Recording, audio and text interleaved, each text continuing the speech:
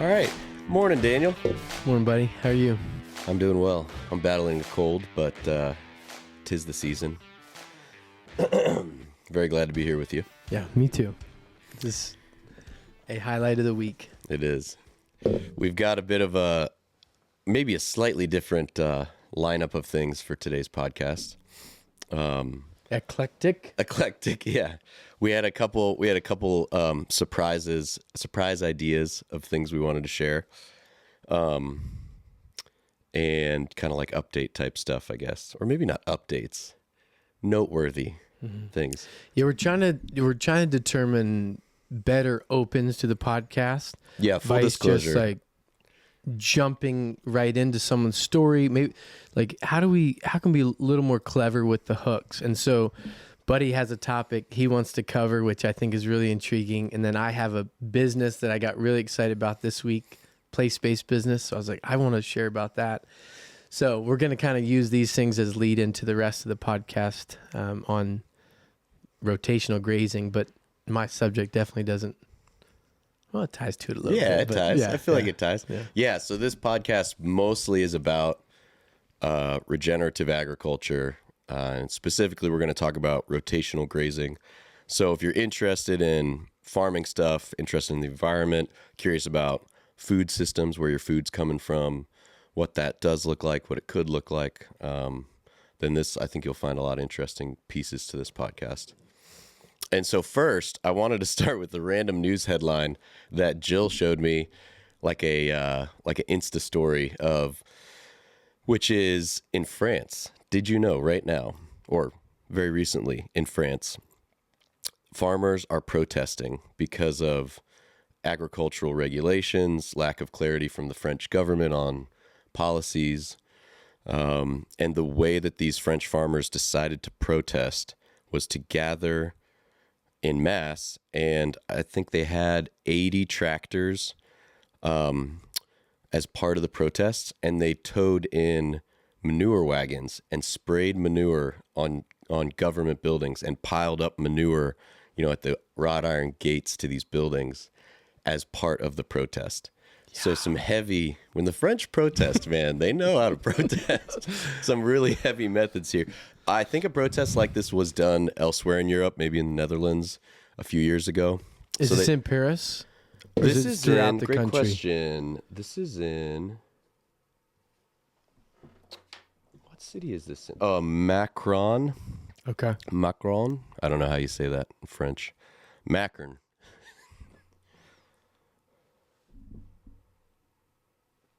Oh no, sorry. That's their prime minister. Prime minister.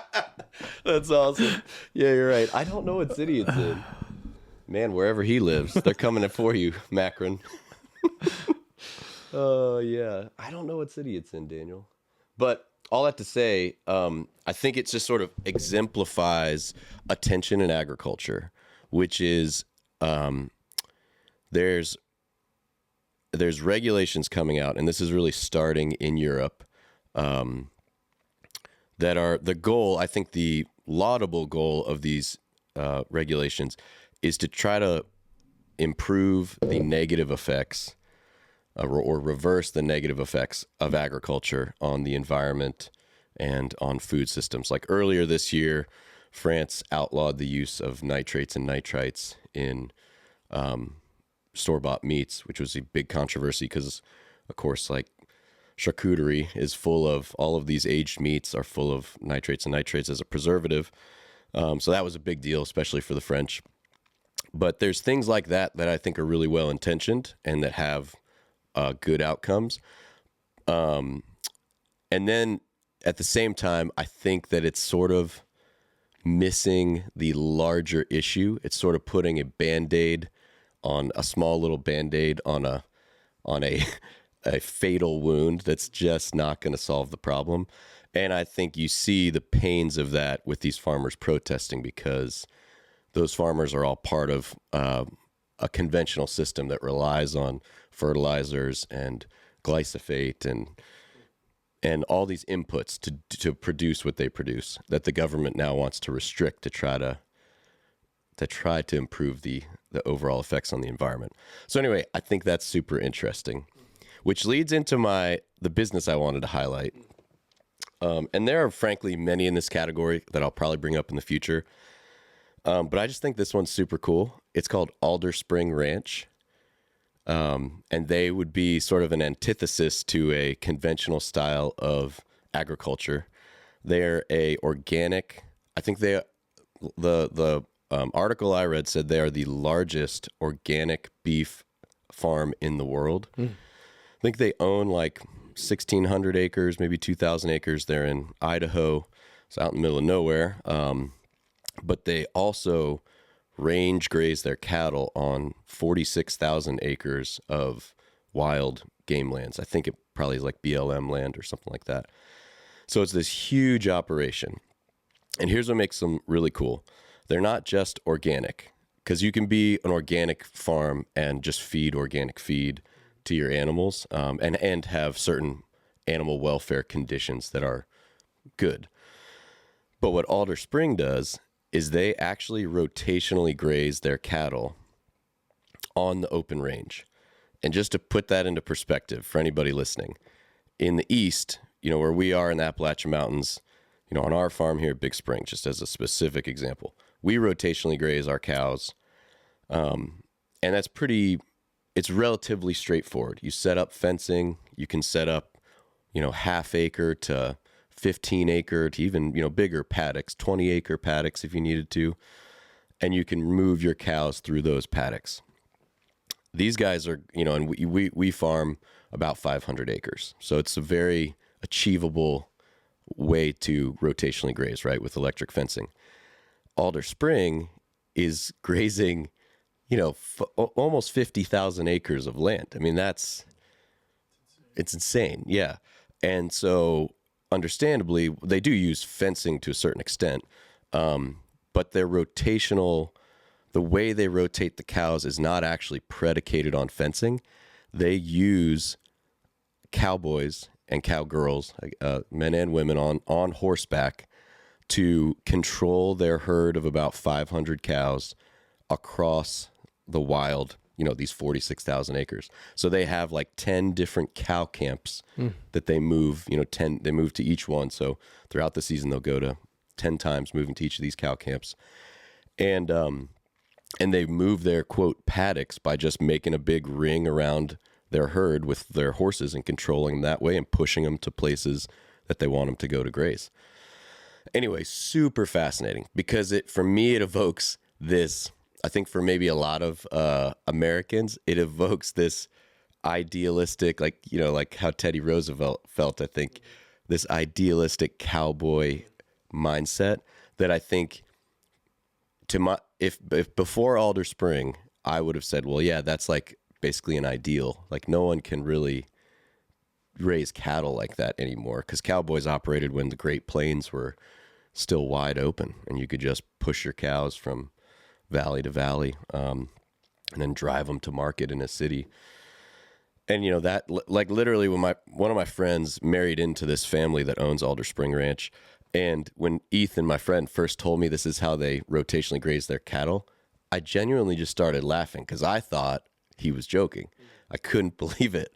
And he's like, no, I'm serious. This is what we do all summer long. And anyway, for me, I just think it's such a cool model and such an example that there are many viable alternatives to raising cattle, and we'll get more into this. But I often think of it from a eastern Appalachian Mountain or even southern, perspective, just because of our region, of how I raise cattle, how I would recommend somebody raise cattle in our area.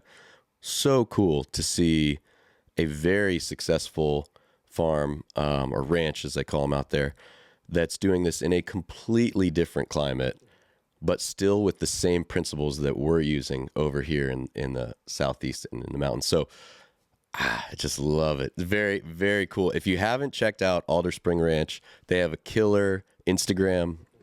The website's great.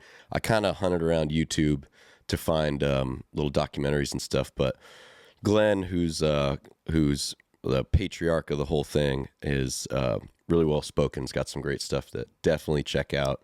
And then I think he has They have many daughters, 5 or 6. They've got a lot of daughters, and my friend married one of them, Yeah. and now lives out in Idaho on the ranch and ranches. Wouldn't it be with fun them. to go out there and do a podcast? Yes, out there on the Alder farm? Spring. If you're listening, we'll come to Yeah. you. You know what's funny is listening to several things, but you know, if you're like a lot of our friends in the Richmond, DC, in the burbs, Mm-hmm. There's an ideal of life that you're living, that I'm living on land, on acreage with animals and such, that's really appealing. But there's this spectrum. You look at Alder Spring and you're like, man, I'm like, wouldn't that be amazing? living. Yeah, like this, and we certainly romanticize it Yeah, sitting here yeah. on the East Coast, but I think that's awesome. And what I'm most intrigued about to learn from them is, you know, your first response is, well, I don't have 46,000 acres. If I did, I mean, I could surely do that too, but that's not land they own. So what's the arrangement with the federal government, if it is BLM land, that allows them to graze that large amount of Right. acreage? I'm curious about that. Yeah, they must have. I know they lease other properties too. He just has mentioned that in some of the videos I saw on there online. But yeah, they only own a fraction of what they actually farm, which is an interesting piece too for anybody thinking about farming. That Right. The land is often the barrier of entry to farming. But these folks that run such a big operation, they don't even own a significant portion. So Right. I think that's a great selling point to Yeah, getting definitely. in. But it's Well, awesome. yeah, we'll talk more about the grazing. Tell us about what you're Great. thinking about, Dan. Well, I've been on a real excited kick recently over the past 2 weeks when we were brainstorming on how we wanted to thank our employees for Christmas. And long story short, we settled on buying pints of ice cream for our employees, Ooh, which is a piece of their Christmas gift, partly because Tirza and I just love to eat ice cream. just justifying. But I think we're a little late to this game, but we learned about Jenny's Splendid Ice Cream, and they mail order. Part of their business is mail ordering, delivering pints of ice cream to your doorstep on dry ice. And this is intriguing to me on many levels. One, I'm really curious about their packaging, because I have, you know, a business idea that I'm running with right now, heavily dependent of shipping on stuff. yes, Yeah, cool. heavily dependent on the packaging. So I ordered the ice cream as an excuse to get ice cream, but also to see what their packaging Market arrangement research. is. Yeah, it's a business expense. Yeah. And what we stumbled on was a super cool business. And I'd like to share a few things with you about the business that I've learned over the past few days, because it's been really inspiring to me to learn about this ice cream business. It's a place-based business, and primarily that's where the bulk of their sales are. They're in over 30 storefronts across the U.S. in 10 different cities, but they also do both wholesale and delivery nationwide to all 50 states.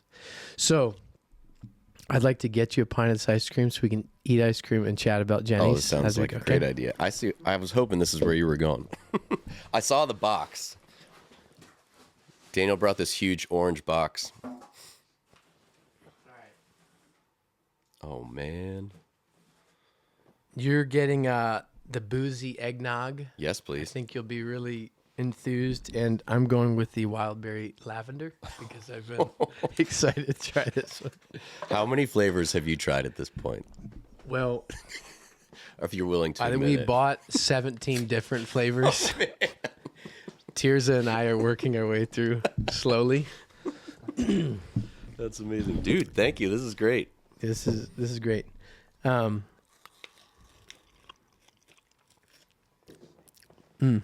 it. But it's really interesting because it ties into what we're going to talk about with rotational grazing. Yeah, please. Yeah, I saw on the box. It says grass fed. So they must have dairies they're working with, or a dairy maybe. Yes. I'll get to this, but the level of thoughtfulness in sourcing their ingredients is so compelling. Lavender's good. And this lavender comes from a local lavender farm right there in Ohio. It's an Ohio-based business. But what's amazing about the story, so Jenny Britton is the owner. I tried that one the other day. I mean, it's pretty amazing. The eggnog is it's better than the lavender. It's so good. Jenny Britton in the late in the late 90s was a Ohio State student, had a love of ice cream up to this point. So she was an art major in her second year at Ohio State, dabbling with putting essential oils to flavor her homemade ice cream. She had a little $50 homemade ice cream maker. So she would go to class, make ice cream, but she was pursuing an art degree. And during her sophomore year, she dropped out to pursue the ice cream thing full time. That's great. And so she started an ice cream business right there in downtown Columbus called Scream Ice Cream. It's just so many cool pieces of her story, but she went hard after that for 4 years. So college dropout, opened Scream Ice Cream, was struggling to make ends meet, dabbling with her ice cream experiments the whole time, and the business failed. She said at best she was making $638 a week in profit. Ooh. And it was just, everything was a wash, sleeping on friends' couches, like a real period of adversity. Imagining this young girl dropped out of college to pursue her passion, and it just falls on its face after 4 years of grind. So talking about the entrepreneurial spirit, enter her boyfriend, who she said he gave him he gave her a $1,200 ice cream maker, and she said it was better than any engagement ring he could have bought her. So they were sealed. They're like, let's double down on our efforts. We need a loan. We'll co-sign for this. We got this $1,200 ice cream maker. We need a $40,000 loan to open a storefront. And go again. So they rebranded under Jenny's Splendid Ice Creams, which we know now. This is in the late night, like 1996. And that quickly grew to 4 storefronts in Columbus. And now I spoke to how many they have nationwide, but they went from that $638 to their $100 million plus business right now. And I'm really intrigued by their growth and their commitment to quality. So yeah, I was looking at the ingredients on this eggnog, because it's a boozy eggnog ice cream, and it has Uncle Nearest premium whiskey in it. Like they don't just have like whiskey syrup or flavor or something. No, it's one of the ingredients is tapioca syrup, whiskey, right, right, nutmeg. Like it's legit. That's amazing. Yes, and that's a neighborhood distiller right there in Columbus that they've been partnered with for years. But they do the same thing, partnering with their farms. And so what she had been doing was, buying milk to make the ice cream. But I'm not an ice cream scientist, but she says when you take that pasteurized milk and pasteurize it again before in preparation to make the ice cream. I'm not sure how the details work, but she said the quality just decreases rapidly. So what they are doing now is buying raw milk directly from these grass-fed dairies, and the way it enhances the product is spectacular. Wow. So they buy the raw milk and then pasteurize it just once. Yes. Themselves. Yes. And I'm not sure the specifics there, but that was a deliberate step by them to partner with the farm. And what they feature all the farms that they partner with on their website in the same way they feature the guy they get the whiskey from, the fellow they get the berries from. So the thoughtful sourcing of the finest products has been part of their business plan when they had one storefront to now when, it's a nationwide business and on many doorsteps. Yeah, I just had Jenny's in Nashville a month or so ago. Yeah. I was like, oh, I thought they only shipped. I didn't realize this whole backstory. Very cool. Yeah, so that's crazy. I'm really inspired, partly because of the shipping option and how they've done that well. Tirza was opening, some of the ice cream with me, and she just said, "This is the best ice cream I've ever eaten. You know, as she's opening the box, the dry ice smoke is rising. Yeah. They have like the perfect packaging that represents their brand so well. It's like, you can't help but really like this. And then you dig into the story about how thoughtful they are about sourcing their ingredients. Yeah, because once you taste it, you're like, how is it this good? And then you start It is looking so into good. it. Yeah. Yeah. So I just want, there's awesome. several takeaways for me in our business. Number one, the resilience that they've had. They've had two major hurdles. One is the one I mentioned about the first Scream ice cream just imploding and having to pick themselves up by the bootstraps and giving it another go. Had they not done that, we wouldn't be sitting here talking about them. And then more recently, they had listeria identified in 2 pints of ice cream when it was tested. So they did a multi-million-dollar recall of several hundred tons of ice cream. Whoa. That Jenny Britton, the owner, said nearly, did them in at this point in their business. I think it was in the the mid-teens of the 2000s. And they had to get outside funding to kind of give them a crutch so they could keep their employees and make it through this big recall.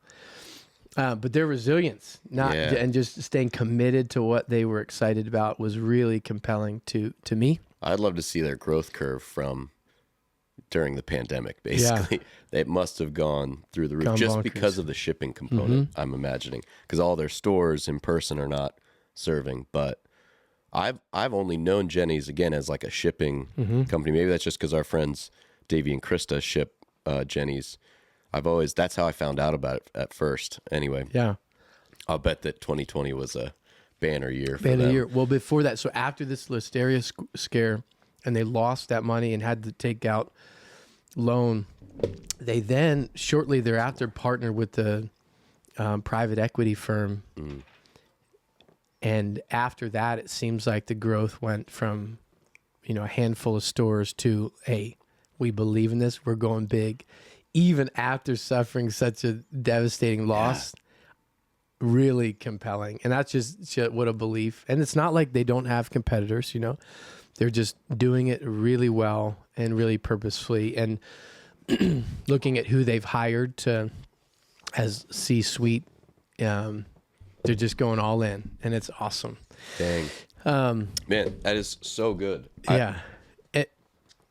No, go ahead. I was just going to say, that was a second, knowing when to expand. These are thoughts that we think about, like knowing when to expand and what triggers got to be met for you to expand. And just interesting how the timing of how they've chosen to do that, and that it takes time. Like that first storefront opened in 1996 is 2023. What is it, 27 years, and we get in this mindset of growth, happen now, next step, go. It's like, no, this is a marathon of a process, and there's value in playing the long game, vice rushing to failure in the short game. Yeah, I think with any physical product or place-based business, to whatever scale you dream of getting, it is it's almost always just a longer road than, say, like a tech startup or something where you might have this exit in just a few years. Certainly that can happen with physical based businesses, but I love the grit that they had. I think for myself it's so encouraging because you could take a setback and say like, oh, this is like sign from God. I need to go a different direction. Like, oh, this is getting too tough.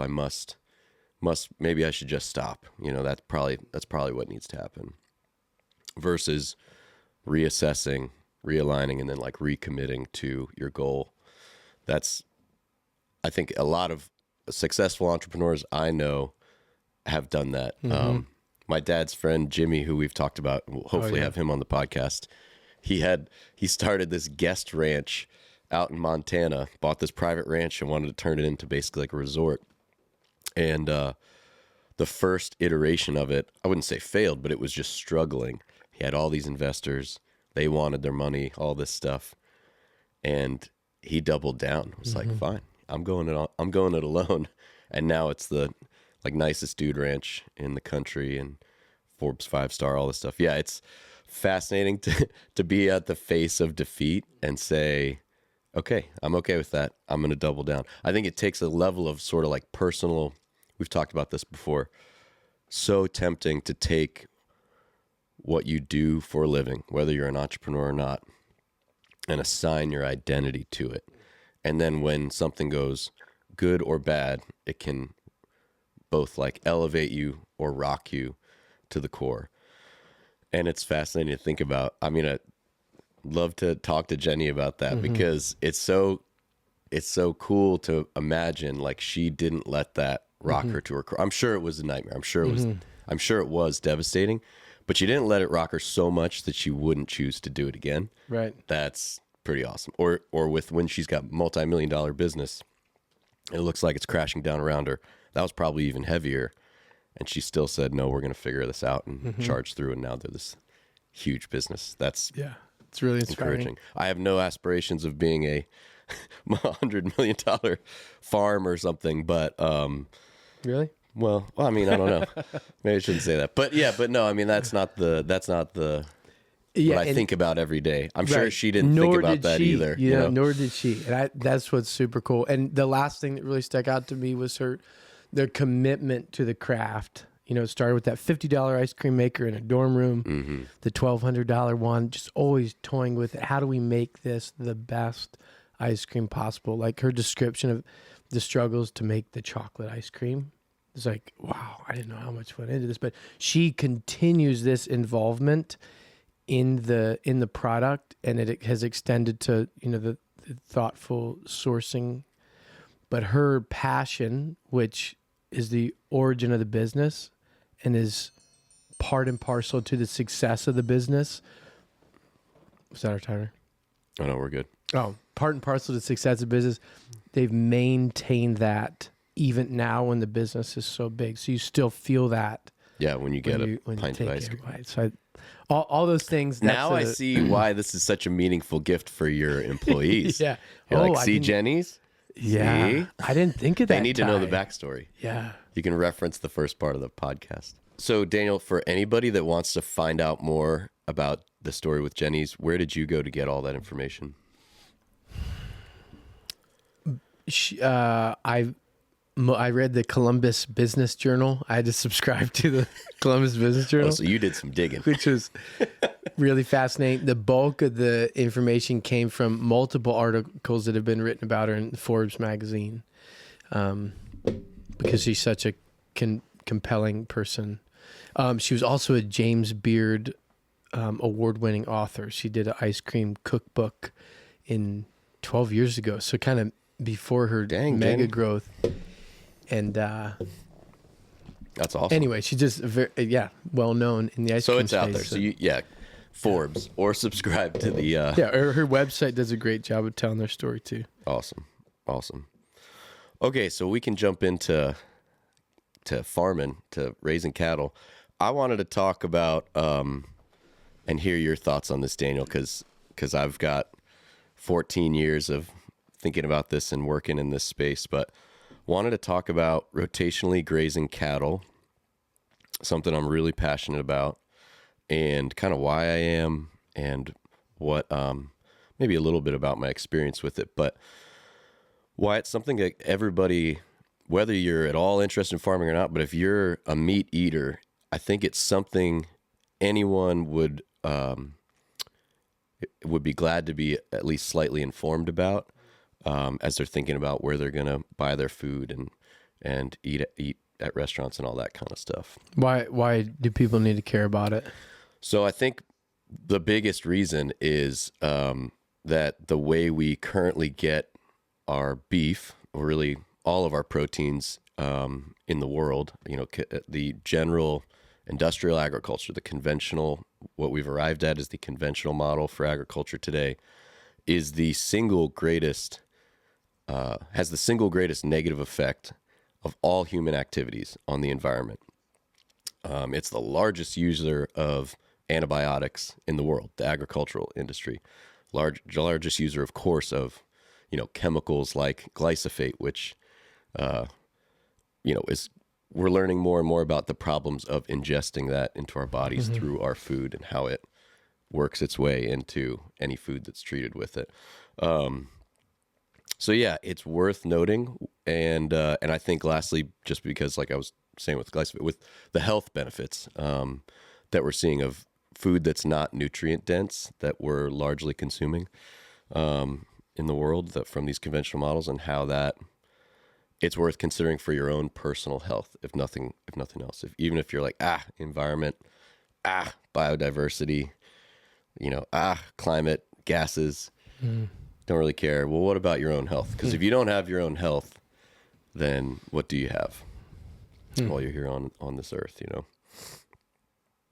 So yeah. So I think there's kind of three components to this. Well, and actually, before I get into the three components I think to it, I think I should give a preamble that I am not a scientist. I am not purporting to be some kind of expert. I'm not purporting to say I have the perfect answers on this. This is a huge topic. We're talking about where the world gets its food. I mean, I'm just going to be scratching the surface, and I hope mainly to encourage curiosity with anybody listening, to do your own research and kind of dig in more. I've been farming for about 14 years in mainly in this style of agriculture and studying the regenerative style of agriculture. So this is largely spoken from experience, a little bit of research. And again, my goal is not to be the authoritative voice on it, but mainly to inspire curiosity for anybody listening. So with that said, I think there's like three big parts to this conversation that I think about.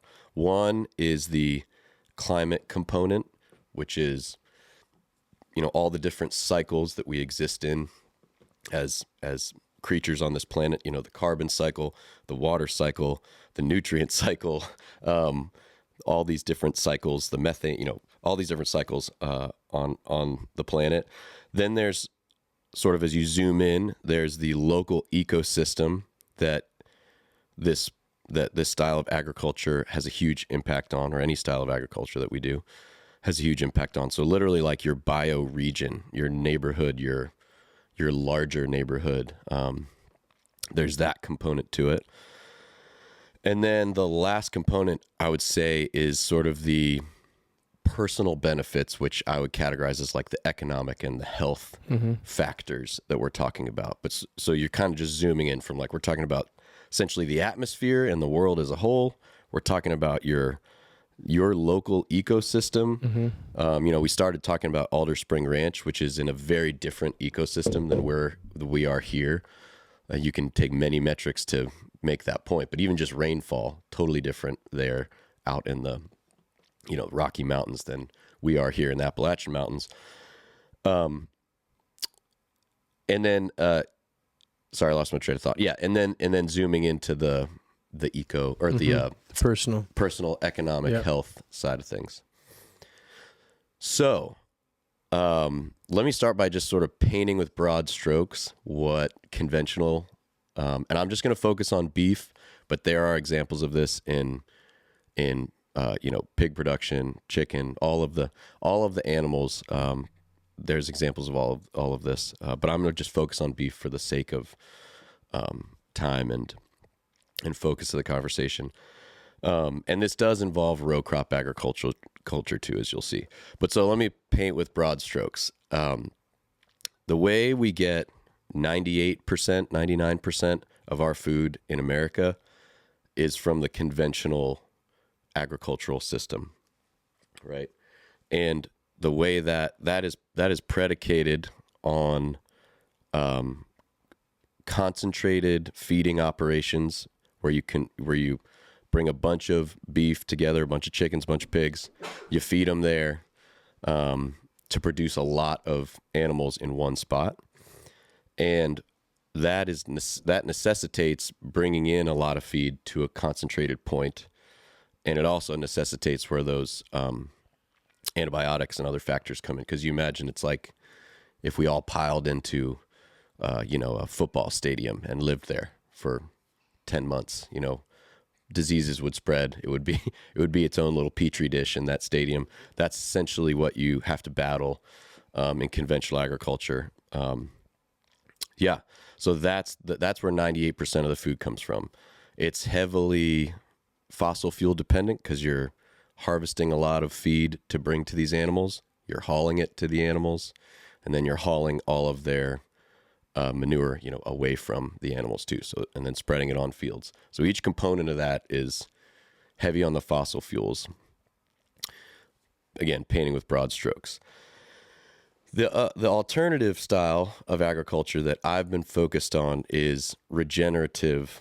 Well, it's called lots of names, but I like to generally describe it as regenerative agriculture because the focus of it is creating new life and adding new fertility inside an existing cyclical system of nature.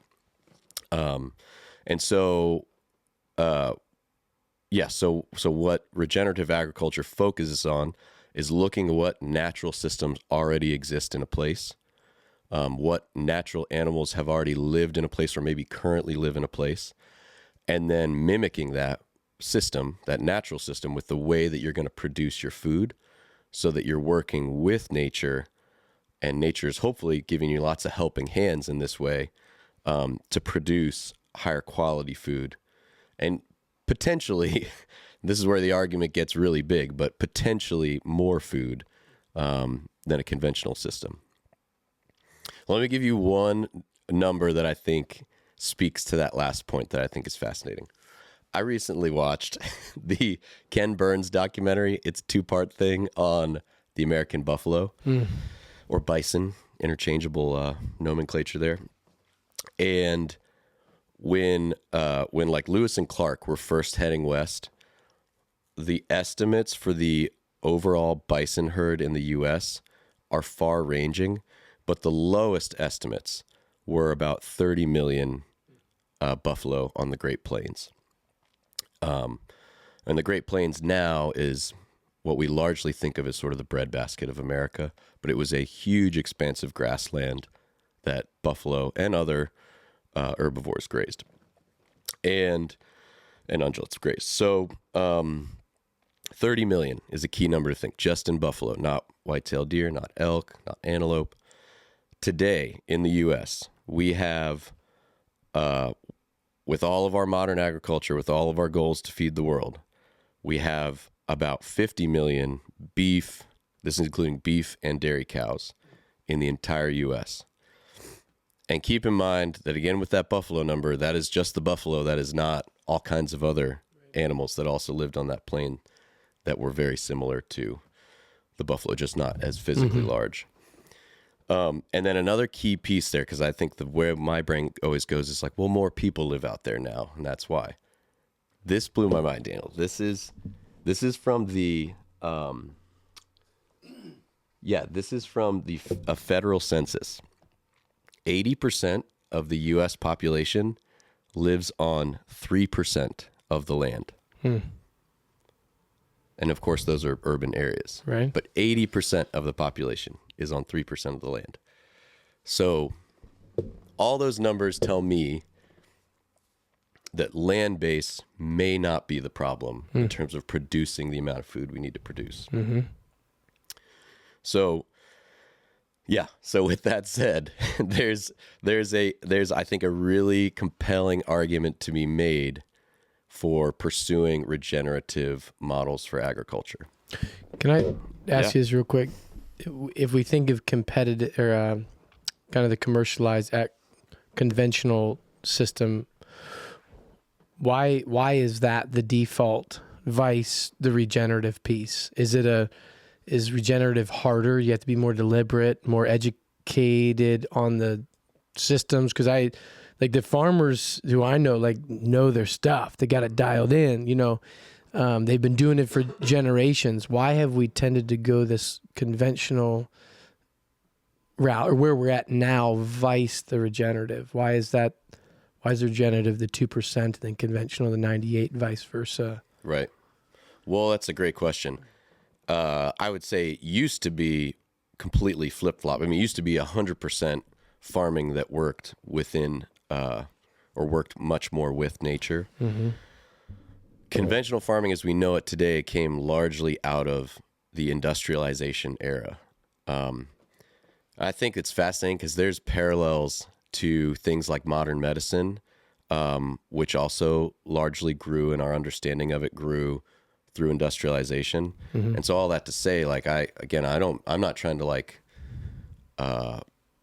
poo-poo conventional ag as like, oh, I can't believe those guys are still doing that or something. Same with like modern medicine, like huge ground has been gained in understanding the natural world through both of those pursuits.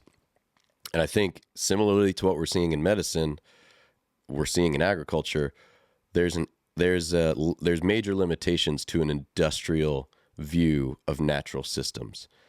Like, just take one example, the carbon cycle. If our certainly, it's not you can't argue this point. It's just a fact. Our conventional agricultural system is predicated on fossil fuels. You have to have an energy source to run all the equipment it requires, right? Well, the carbon cycle of fossil fuels is millennia, if at all. When you burn a fossil fuel, that carbon goes into the atmosphere. It doesn't come back by burning more fossil fuels. You're just putting more into the atmosphere, right?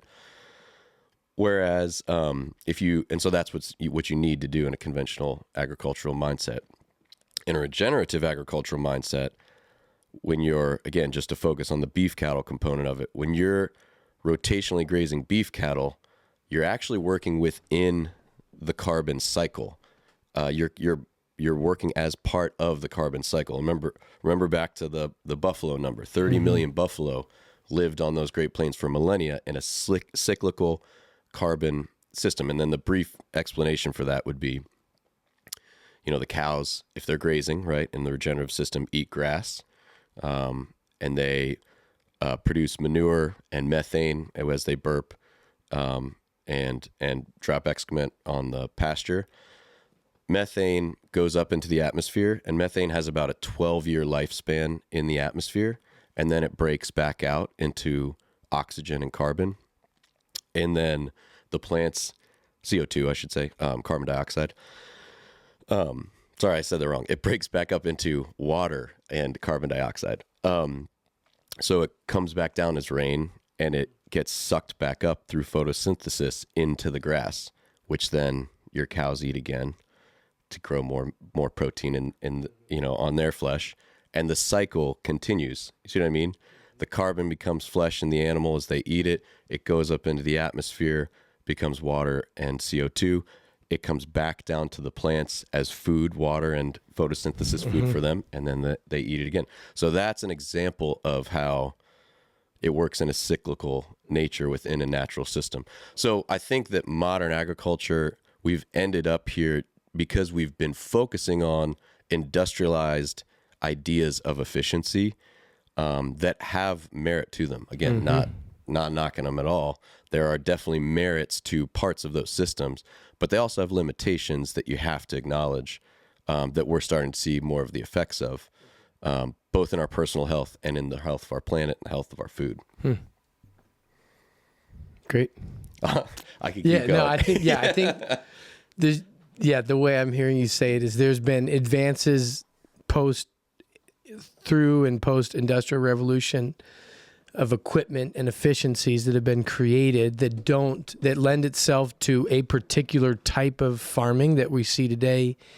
And, the McCormick Reaper has led to certain advances that don't necessarily lend itself well to generally the health of the planet. This road has led us to a certain point, vice the regenerative route. That makes sense to me. Yeah. Yeah. I think that it's not like you throw the baby out with the bathwater. Like, there's so much we have learned over the last 100 years. This is just sort of us, making the next steps into the future of how we get our food in a more long-lasting way. Yes. From a bakery perspective, if the farmer has to go out and use a scythe to harvest the wheat instead of a combine, I'm going to have big problems. We could have major problems. Well, and Yeah, that's an interesting thing. Like most of the wheat, 70 to 80% of the wheat in this country doesn't go to humans, it goes to animals. Same thing with corn, same thing with soybeans.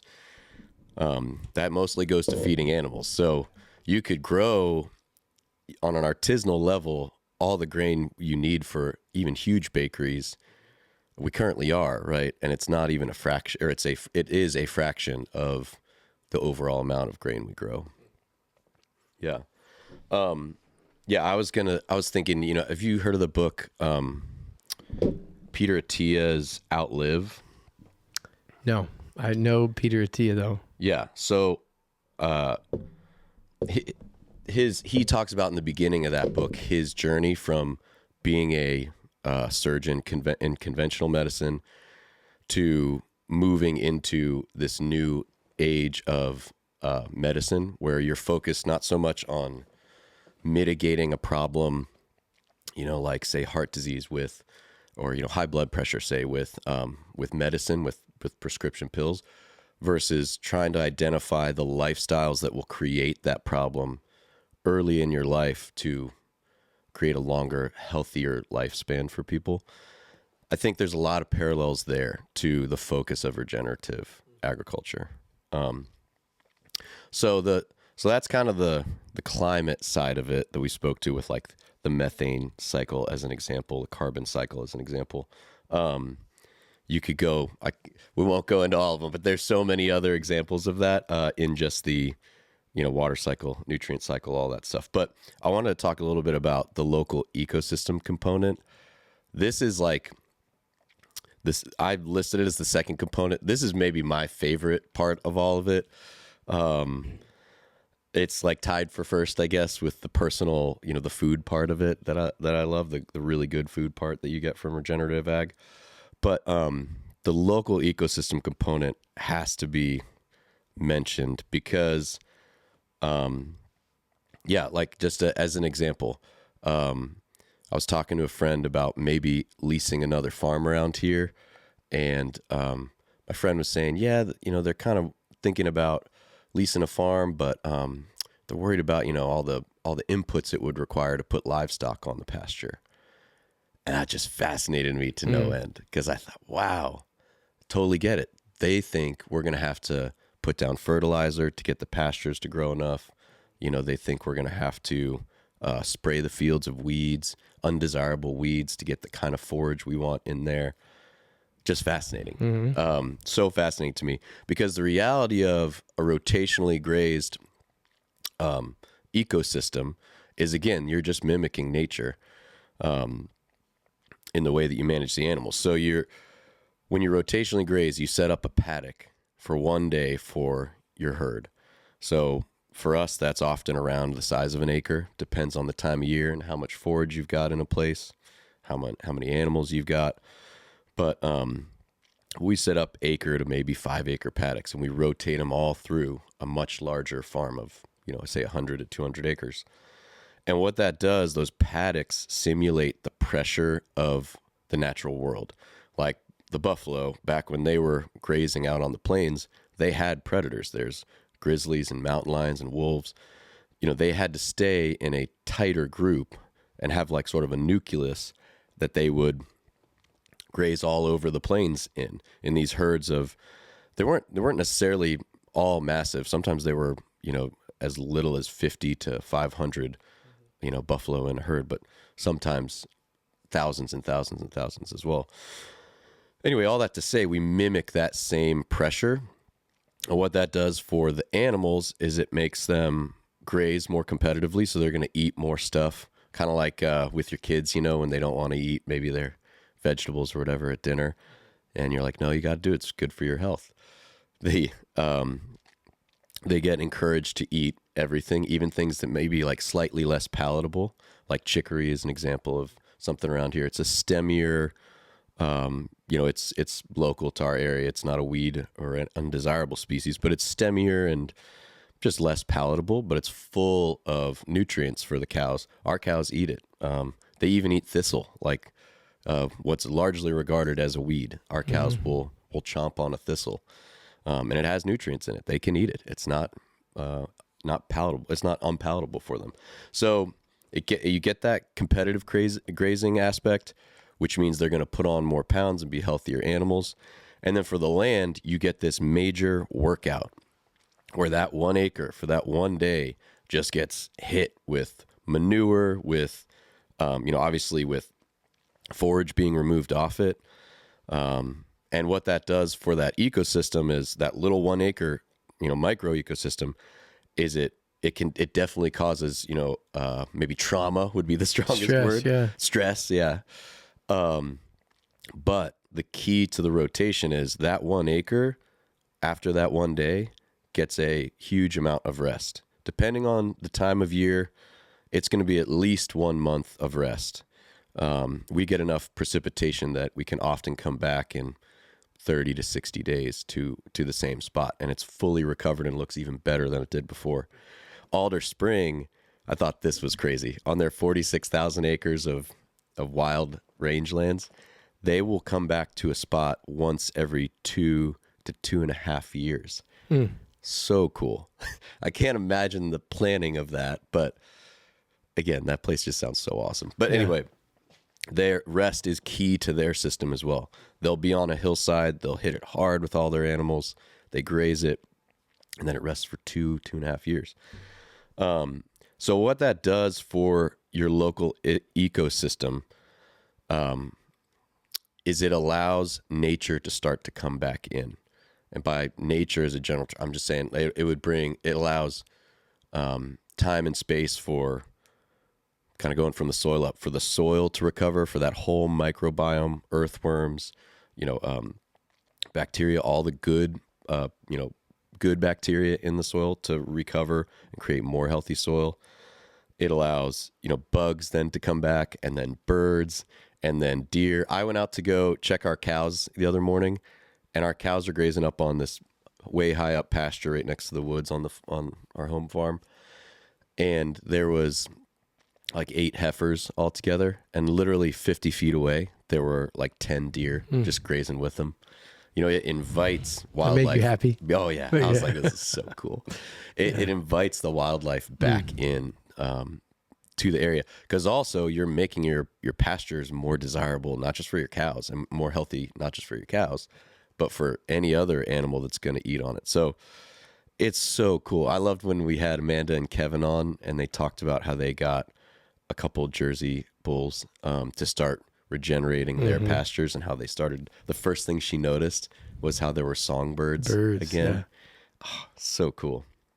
So that just fires me up. There's something about, I've been able to start four different farms that hadn't been rotationally grazed, maybe I guess a few more than that, back into rotational grazing. So I've gotten to see those first years on a farm that went from conventional grazing to rotational grazing, and it's so compelling. It's so inspiring to me to see the change, the before and after. Just love it. And I think anybody who's got, eyes, ears, and a sense of smell would walk out onto these pastures and see the same thing. Like, you don't have to be a farmer. You can show up and go, whoa, something's different here. If you were there the first year and then back the second year. A question. Yeah.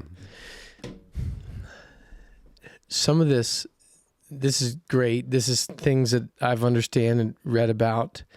If we're talking about how do we shift gears in a system like the agricultural system that we have,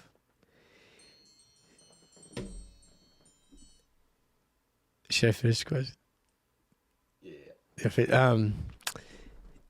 Talking about agricultural practices with other farms and farmers, it's like talking about politics at the Thanksgiving dinner. It definitely can be. Like, you People just get up in arms. don't do it, and everybody, the way they've done it is the way that they will do it, and the generation, like the gear shifting change seems almost insurmountable. As you think about this, even though it has so many benefits, how does the system change? How does that gear shift occur? It's a great question. I'll give you my take on this. So again, similarly, as said in my preamble, I'm not an authority on this, but just what I see happening, even in our neighborhood, what I see happening. I think the way the transition is going to look is it's going to be out of necessity. And I'm glad you mentioned like the tension that can exist between a conventional farmer and somebody who's thinking about rotationally grazing their animals. There can be sort of this like, oh, those rotational grazer guys, they're not Those real hippies. farmers. It only works on a small scale, or it's Right. too much labor or whatever. All these different things that are interesting points, I think, to cover. But I think it'll come about out of necessity for a couple reasons. One is simply, and I'll just speak to our region, but it's true across, like at Alder Spring, it's true in a totally different ecosystem.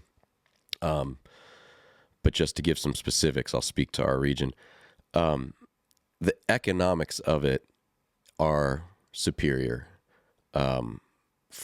mainly from a haymaking and hay feeding standpoint, which might sound like, what are you talking about? But for a cattleman in our area, one of, if not your singular biggest expense, is feeding your cows over the winter.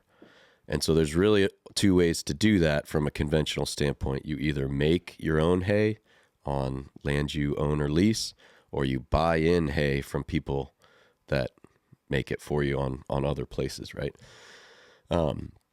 There's versions of those two options, but those are basically the two options. And those are going to be your biggest expenses as a cattleman. In our area, especially like this year was a huge drought year. We're really almost year 2 into a lower rainfall year. Guys started feeding hay. I remember talking to people back in July, August, that were feeding hay, that have been feeding hay since then. The cost of that is tremendous, especially when you think you still got to get all through winter and until spring when you start growing grass again. It just would take your knees out from under you. That's part of the reason that beef prices have been high in terms of the conventional beef markets. So when you rotationally graze, again, just speaking to our region to give some specifics to it, and over the years I've been doing it, we feed hay generally from around December, usually start around Christmas, just to have kind of everything, maybe not even from a grazing standpoint sometimes, but we just do it from like a lifestyle standpoint. It's nice to have everything sort of organized in one spot and not be rotating around the holidays. But basically from around Christmas, or if it's a bad year, maybe sooner in December, bad weather year, until about February or March. So I would say as little as we've fed hay for as little as 1 month and as many as 3 or 4 months. Not 4. I don't think we've ever fed hay for 4 months. So anyway, all that to say, what you do with rotational grazing, again, is you're giving them just a portion of grass for each day and then letting it rest. What you can do is grow forage that through the growing season that you then, the term is stockpile, you leave out in the field. And when you get into those cold days in November when the grass stops growing in December and January, you still have grass to graze. It's not going to be as nutrient dense as, grass in the spring, summer, or fall, but it still has nutritional value to it.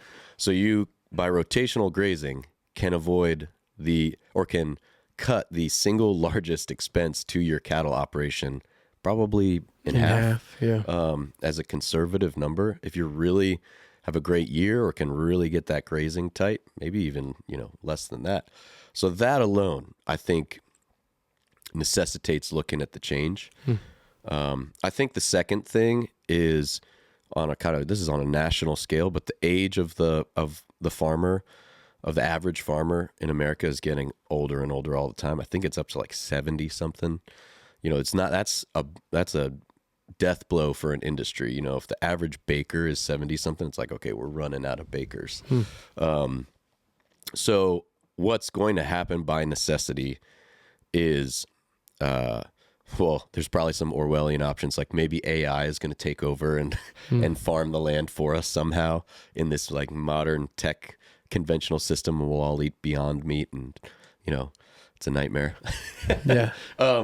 Or there'll be more young farmers that come along, and I would say in our neighborhood, just in the almost 10 years that we've lived at Big Spring, it's been crazy to see the amount of young people moving back to small farm holdings, some cases larger ones, and rediscovering how to raise food for themselves and others.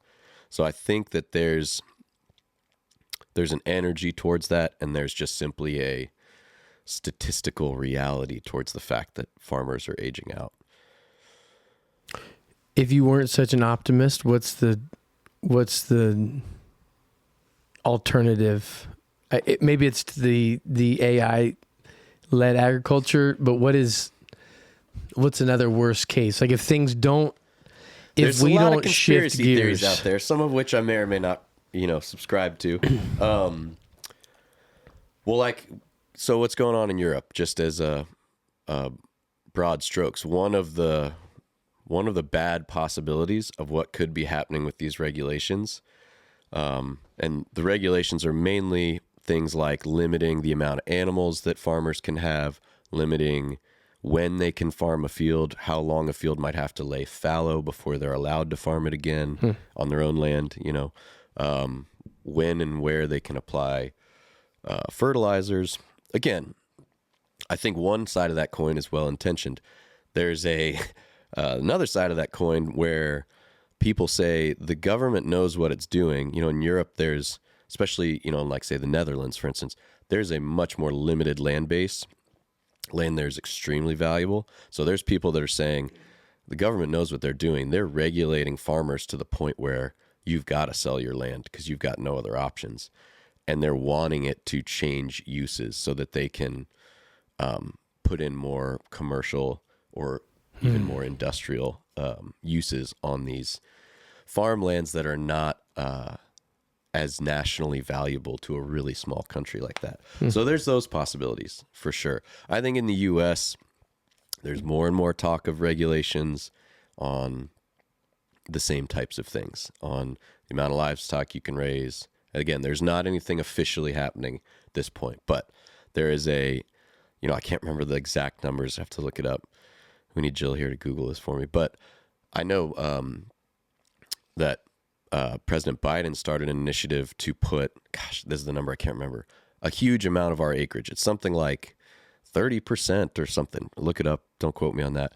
Of our farmable acreage, he wants to take it out of use by the year 2025 or 2030. I think it's 30% of the acreage out of use by 2030, something like that. To what end? Because of the carbon footprint of farming it. And that's where the crazy part of it starts coming, because you think like, well, what if we farmed it? What if we returned those Great Plains that you want to take out of row crop use? What if we just put them back into rotational grazing with herbivores and actually like got back in on participating in the carbon cycle? Something I'll briefly mention on that I didn't mention earlier. Google this if you're listening and curious, because there's great scientific studies on this that I won't be able to do justice to fully here. But there have been well-documented and well-received studies that show that rotationally grazing cattle is actually carbon negative. So if that's important to you as a person on the earth, that's something that is very well documented. There's a big farm, I think we've talked about before, White Oak Pastures. They sell, at Whole Foods, huge sustainable livestock farm down in Georgia. Study was done on their farm that conclusively showed that rotationally grazing cattle actually absorbed more carbon than it emitted. So there's things like that where the government solution is to take 30% of our cropland out of use to limit the carbon footprint is their reasoning. It's like, well, if you want to limit the carbon footprint, you could actually put more cows out there. And then the argument of, well, cows are producing, too much methane, too much CO2. I talked to that earlier about, the cycle that they're participating in. So if you're rotationally grazing them. So yeah, there's lots of, I guess, doomsday possibilities out there. I think last thing I'll say, I think COVID was a fascinating little snapshot into the possibilities of the negative possibilities with our current food system. I mean, it showed its fragility to a large extent. When you knock out, when there's only a handful of meat processing plants in the whole U.S. and you knock out one of them, it's insane what it does to food prices, what it does to food scarcity. All of a sudden, this big, robust feed the world system is like brought to its knees almost by one plant going out, I think that's a really interesting experience. And then the concurrent, maybe not backlash, but just migration from conventional food to people trying to find local farmers to secure food sources that weren't dependent on this large international, system of getting food. So that brings me, I think, to my last point, which we've sort of been talking about, which is the economic and personal health benefits of regenerative styles of agriculture. I think we've kind of already talked to at least enough about economic benefits. I think the biggest thing when I talk to friends who don't rotationally graze their cattle, they say just, like, oh, I don't have the time, it's so much work. And the alternative is just, hey, I've got 100 acres. I put a big fence around that and just let them have that 100 acres. It's a lot easier than moving a herd of cattle every day across that 100 acres. So I think that there is merit to that. It takes a daily faithfulness to it to get this kind of efficiency. But I think also, you got to ask yourself, well, how much time and money, especially money, do I have invested in getting hay for my cows because I don't want to rotationally graze them? Because you're either, again, buying it in at $50 a bale, sometimes more, or you're buying, I was thinking about it the other day, because we used to have a big tractor. You're buying a $100,000 tractor and a $50,000 to $80,000 baler and a rake and a mower and spending all that fuel. Before you know it, I was thinking, like, you could have bought, like 4 antique Porsches. It's like, This is the kind of stuff that the super wealthy, this is the kind of money that the super wealthy spend on depreciating assets that farmers go out and buy to make hay in a potentially less efficient system than a rotational grazing system. So we actually sold our big tractor. We have a small tractor now, a little 75 horse beast. Yeah. Sold the big 120 horse tractor. And again, no bad. I love tractors. I miss the big tractor sometimes. It was fun to have the kids be able to ride in the cab with me. But to me, the economic benefits are huge. So yeah, on the personal health side of things, like as a consumer, I would simply encourage you to do your research and look at the scientific studies that are out there comparing the nutrient density of a grass-fed steak to a grain-fed steak, and go down the list. The pasture-raised chicken egg to the conventionally raised chicken egg. There's not a great argument there. There's really no argument, I think, that I'm aware of that says, like, oh yeah, the conventional model is more nutrient dense. The main place I think the conventional model hangs their hat is that, like, well, we feed the world, which I think it's a hard one to beat, right? That's a very good argument, I think, to a point. And I think the key part of that argument that I find really compelling, that I want to be a part of the solution to, is that conventional food is cheaper for the end consumer than when you go to the farmer's market or when you buy directly from a farm. And you might ask yourself why it's more expensive. And I can just tell you, as a producer, there's really 2 things I think of that make it more expensive. One is there are no subsidies for regenerative styles of agriculture.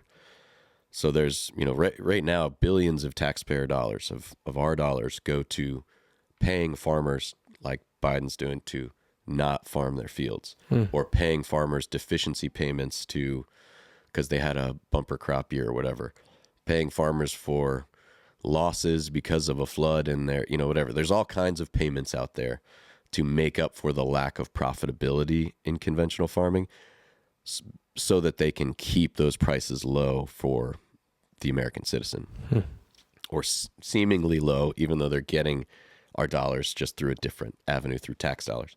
So that's one big thing. There's no handouts, and I'm not asking for them either. I don't think that's the solution. Secondly, I think it's simply the number I referenced earlier, where 98 to 99% of our current food supply, comes from conventional agriculture. So the alternatives are rare right now. The alternative food sources are both rare and higher in quality. So it's like saying, well, we got lots of gravel. Why are you charging more for the diamonds? It's like, well, they're rare and they're nicer than that gravel. Just is what it is. My hope would be that in time, I think time will necessitate this, that will change. It used to only be less than a percentage of alternative agriculture that represented our food supply. Now it's up to 1 or 2%. And I think each year we're slowly gaining ground to putting together food systems that are frankly just sustainable over long periods of time. Yeah, again, I go back to the buffalo. They were here for thousands and thousands and thousands of years. They built the soil fertility that we now reap the benefits of, planting row crops on on what was their grassland. And they had almost the same numbers that we have today just in buffalo, in our national cattle herd. And they required no management. They managed themselves. Nature gave them their way, or made their way. And so I just think that we will hopefully, as a country, as a people, just naturally work our way back towards working in a cyclical version of raising our food, to work within the natural cycles that we exist in, whether we want to or not, versus sort of the industrial cycle of take a resource, use it this way, put these inputs in, get this result, start over again, start over again, versus this cycle that's constantly building on itself, building soil fertility, building a healthier animal system, and then thus giving healthier products to us as people that can then be healthier and live longer and happier lives. So that's the kind of stuff for me that gets me so stoked about farming the way we do, the difficulties of farming the way we do. And I encourage anybody who, if any of this resonated with you, or maybe you disagree with me, definitely shoot us an email. I would love to hear all the opinions about it. And I would also just encourage you to do your own research on this, because as you start to look deeper, it's really, really cool to see the way God made things in nature to work, and how we can follow his design to, through biomimicry, to create systems of raising animals that will outlive us for thousands of years. That's so cool. Versus this fossil fuel-based system that has an end date, that will either use up the nutrients in the soil or the fuel system itself, and is not a renewable, rebuilding style of getting your food. It's a great thought. Great thought. A lot of great thoughts. And I think it brings us back to the Farmer and the Baker podcast, place-based business, how that fits in, how everything you described can be considered by an aspiring farmer, and what that looks like for their systems.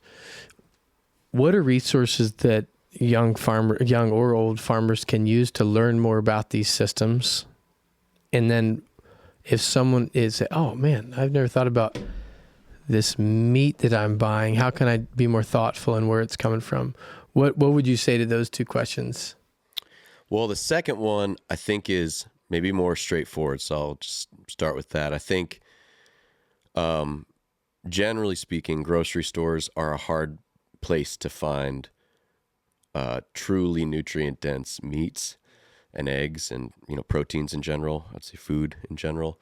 So seeking out local sources is huge, and something that I think most regenerative farms promote is like a, hey, come and see what we do.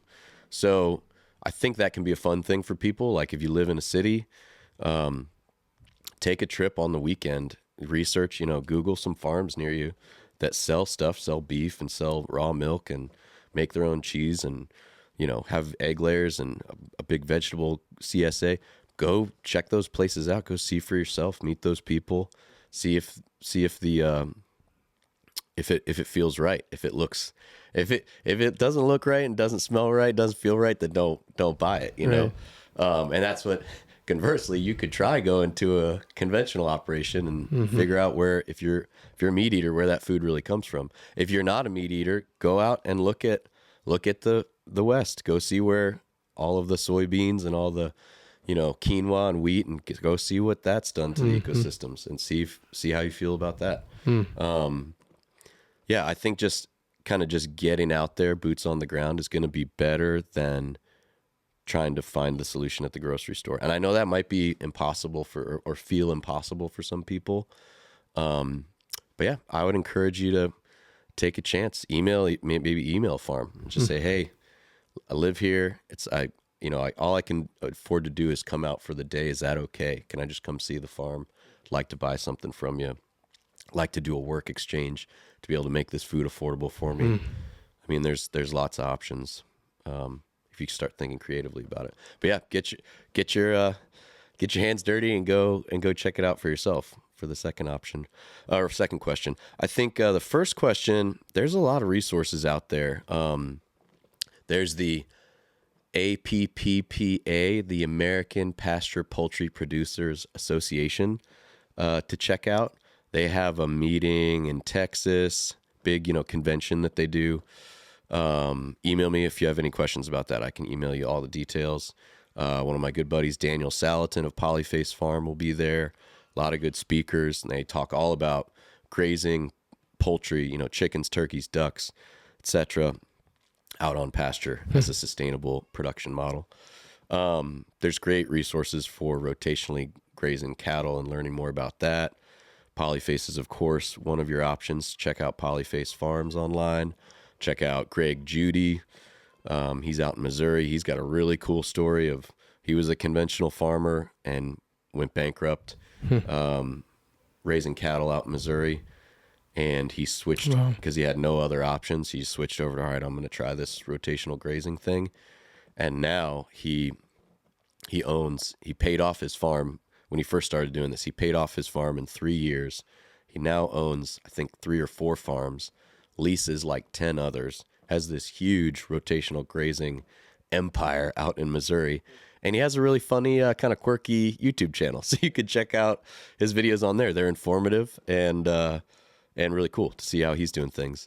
I think you'll notice as you start researching, there's different approaches to how you can rotationally graze. There's not a guidebook that this is what you do. There's not a put this many pounds of nitrogen per acre and that kind of thing. There's a lot. It is scientific, and it's also artisanal.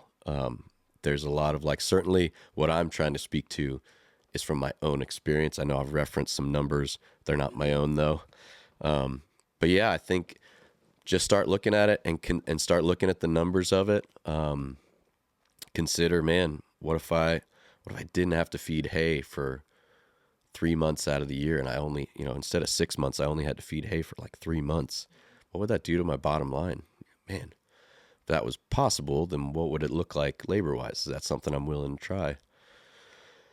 Yeah, and I think if you own land and you're curious about getting it into this style of management, look for young farmers out there because I think there's more and more, certainly my experience in our area, there's more and more young people looking to farm, and real estate's gotten so expensive. They're not going out and buying, 500 acres, understandably, or even 100 acres. But they might be able to buy a nice little home farm that can be their nucleus for the operation, and be able to lease farms that are maybe multi-generational that they can build out onto, for a lower cost to lease and really make a viable farm business. So if you're a landowner and you want to see your land just constantly improving, then consider that option. Thanks, buddy. It's been a great pod. Yeah, this has been fun. I'm going to go eat ice cream. Let's do it.